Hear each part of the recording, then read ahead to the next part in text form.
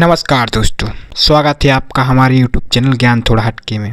आज हम बात करने वाले हैं ऐसी पावन धरती पर जहां श्री राम ने वनवास काटा था। चित्रकूट की पावन धरती, राम गाथा, इतिहास और आस्था की कहानी, जहां आज भी राम बसते हैं। कहा जाता है चित्रकूट आज भी वही है, बस देखने वाली आंखें चाहिए। जब भारत की पावन धरती पर आस्था, तपस्या और त्याग की बात होती है तो सबसे पहले जिस स्थान का नाम लिया जाता है वह है चित्रकूट। यह कोई साधारण तीर्थ नहीं है, यह वह भूमि है जहां भगवान राम ने राजमहल छोड़कर साधारण मानव की तरह जीवन जिया। आज की यह कहानी आपको चित्रकूट के जंगलों, घाटों और पर्वतों और रामगाथा से जुड़े रहस्यों तक ले जाएगी। चित्रकूट का परिचय। चित्रकूट मध्य प्रदेश और उत्तर प्रदेश की सीमा पर स्थित एक प्राचीन धार्मिक नगर है। यह बुंदेलखंड क्षेत्र में आता है। यह स्थान विंध्याचल पर्वतमाला में बसा हुआ है।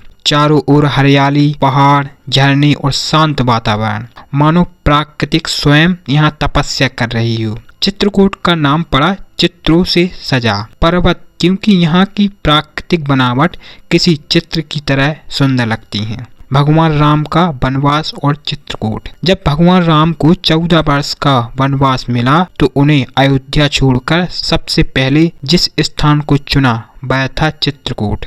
कहा जाता है कि राम, लक्ष्मण और माता सीता ने यहीं पर अपने वनवास के सबसे सुखद 11 वर्ष बिताए। यहाँ न राजसी ठाठ था न वैभव, लेकिन था संतोष, प्रेम और शांति।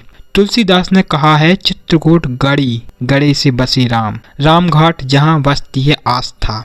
चित्रकूट का हृदय रामघाट। यहाँ मंदाकिनी नदी बहती है। सुबह और शाम की आरती मानो समय को रोक देती है। कहते हैं भगवान राम यहीं स्नान करते थे और यहीं बैठकर साधुओं से संवाद किया करते थे। आज भी जो व्यक्ति श्रद्धा से यहाँ कदम रखता है उसका मन शांत हो जाता है। चित्रकूट का सबसे पवित्र स्थल कमदगिरि पर्वत है।